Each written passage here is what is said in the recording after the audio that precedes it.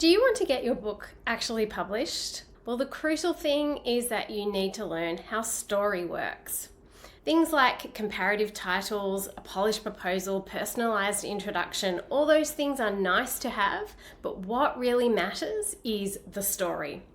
That's what I'm going to talk about today. We feel. That's what makes us human. Life is loss, gain, poverty, wealth, injury, healing, anguish, ecstasy, transformation, everything. Sometimes in one day, sometimes in 1 hour. And when you're in the thick of it, isn't it a gift to feel something out of the ordinary that gets you out of your own story?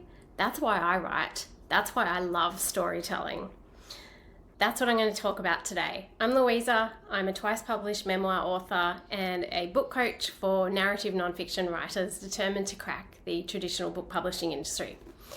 So, do you want to get published? Well, you'll need to get to the story because you can sell any kind of story with typos in your emails, using the wrong term or category. I sold my first memoir on query when I thought novel and book were the same thing, and I didn't even know the term memoir. Things like comparative titles, a personalized introduction, those things are nice to have, but what really matters is the story.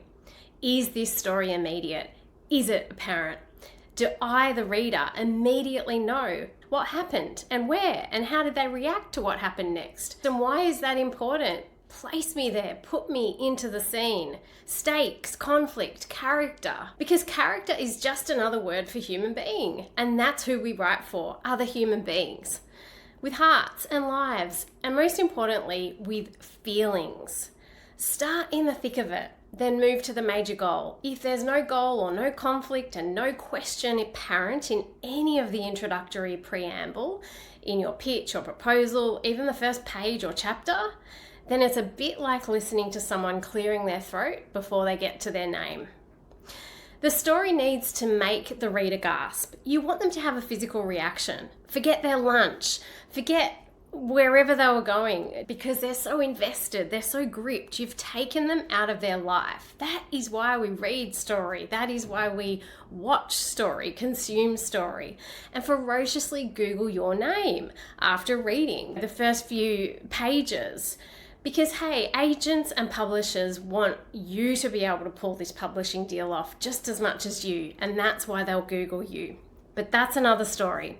Back to story. Story gives people such a gift, and that gift is that you're getting them to forget their life for a second and get caught up in yours or the story that you're telling, whether it's fiction or real. This is the basis of all comedy, all drama, of page-turning thrillers and gripping television shows. And this is what makes us human and saves us as humans, this ability to feel. So what does this mean in practical terms?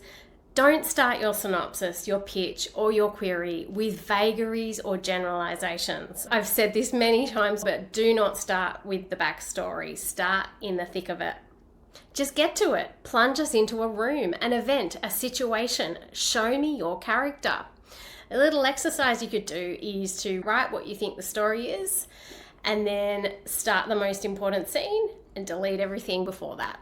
I just reread the query that I sent for A Letter from Paris because I was editing a synopsis in my Art of Memoir course. I realized that what I sent in the pitch, in that first line, the query that got me an agent and then a publishing deal in weeks, actually ended up being on the back cover blurb that was published. So I'm going to read you this line. I was quite startled when I read this at the boldness of this first line because I was writing of myself in the third person, but I had to.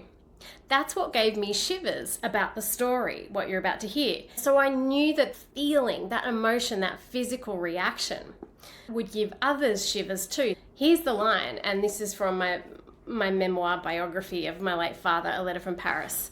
This was in my pitch, and this ended up on the back cover blurb. When Louisa receives a message from a French woman called Coralie, who has found a cache of letters in an attic written about Louisa's father, neither woman can imagine the events it will set in motion. So there we have the characters, there we have the event, and there we have what's coming, okay? What's going to come? Who matters to this story? So why did that email matter? Why did those letters matter? Well, my father had been dead for over 30 years. And what did I do next? And where was I planning on taking the reader with the story? And this all needed to come in that very short query, synopsis or pitch. That was my synopsis and how I first sold the book to an agent and then a publisher. Okay, so you've got to be bold. You've got to get right to it. No preamble. Who are the characters? What's the event? What is the goal? And what is the biggest conflict, the heartfelt conflict of this story? If I am just reading vibes and generalizations, it is work, okay? And your goal as a writer is to make the reader forget working. It's enjoyment. We read and consume story for joy, for enjoyment, as a pleasurable activity. And if you can't do that in the first line or the first chapters and the first pages to take someone out of their everyday life and plunge them into a story, then you're not doing your job as a writer. So I started with a character taking an action, and I showed why it mattered. Because, hey, my pitch was not perfect. I didn't have a huge platform. I was visible though, and I boldly told the story. I said who I was. I put my face and my name on it. If you're going to sell a memoir or any kind of narrative nonfiction, names have to be there, and that will probably be you if you're the narrator, okay? That's how you sell your book.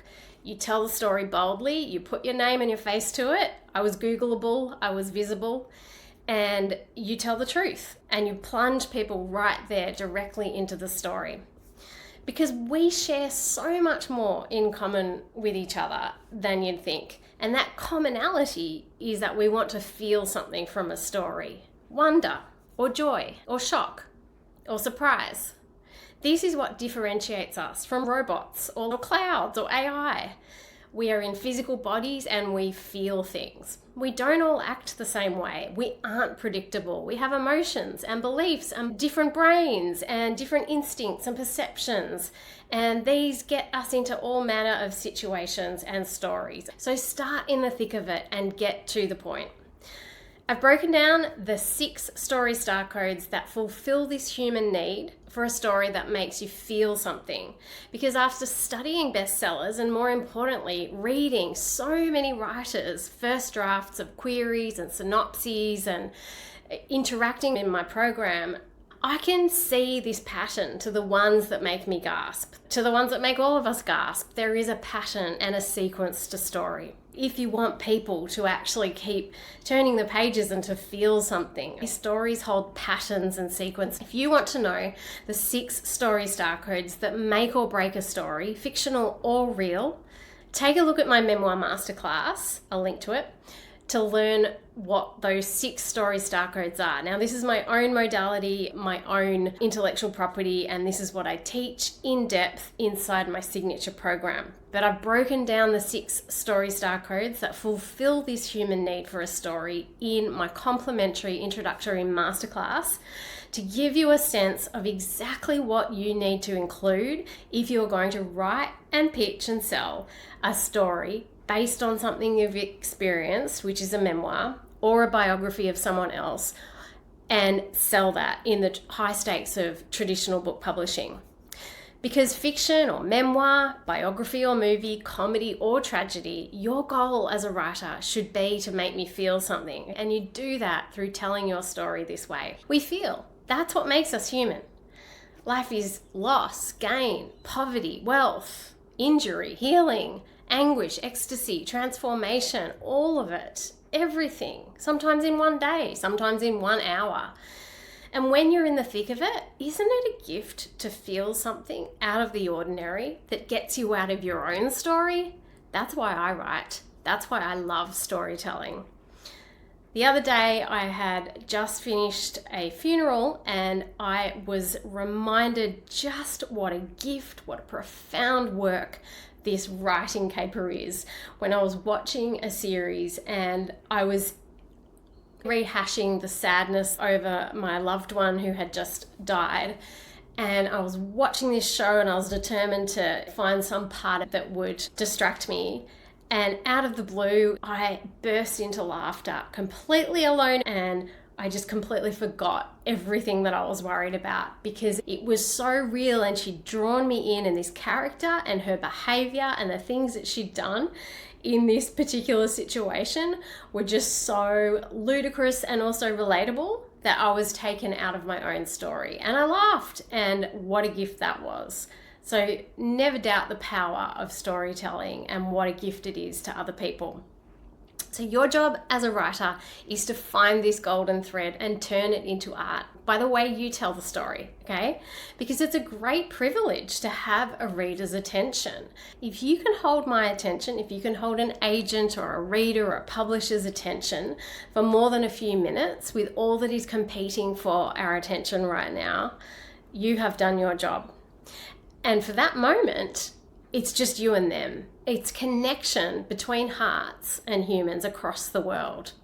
And when it's a memoir, it's personal, it's vulnerable, and it's even more relatable because it really, truly happened. And if you make them feel something, to laugh, to cry, have a physical reaction of any kind, take an action, hit reply, search your name on Google, beg for the full draft, get a response at 10 minutes past 5 on a Friday afternoon, which is what happened to me after I sent the query for my first book, and then not put that draft down over the weekend, forgetting to eat, all of that, thinking, this is me, just being captivated by a story.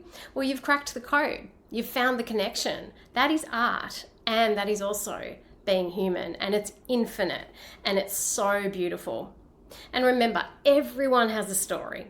Everyone. If you're alive, you have a story. And every story has these 6 codes. But not every writer knows how to find them. Not every human knows story like this, okay? So if you want to know the 6 story star codes that go into every page-turning true story, then I invite you to sign up for my free introductory masterclass where I'll take you through the 6 story star codes and exactly what it takes to write, polish, refine, and pitch, successfully sell a memoir, a narrative nonfiction, or a biography to the high stakes of the traditional book publishing industry. It's completely free, but it is a requirement if you want to work with me in the art of memoir, because knowing how to tell your story will completely change your life. I saw this on Instagram the other day from a literary agent who had been wading through dozens of queries. She was so relieved when she found something that was gripping, but she said that all 40 or 50 of the queries that she'd waded through that day didn't have anyone doing anything, with no problems already happening. So that's the difference between an interesting story and complete full body investment. You got to be bold, start in the thick of it, and be so honest with what happened and why it mattered to you. Okay? I hope to see you in my masterclass.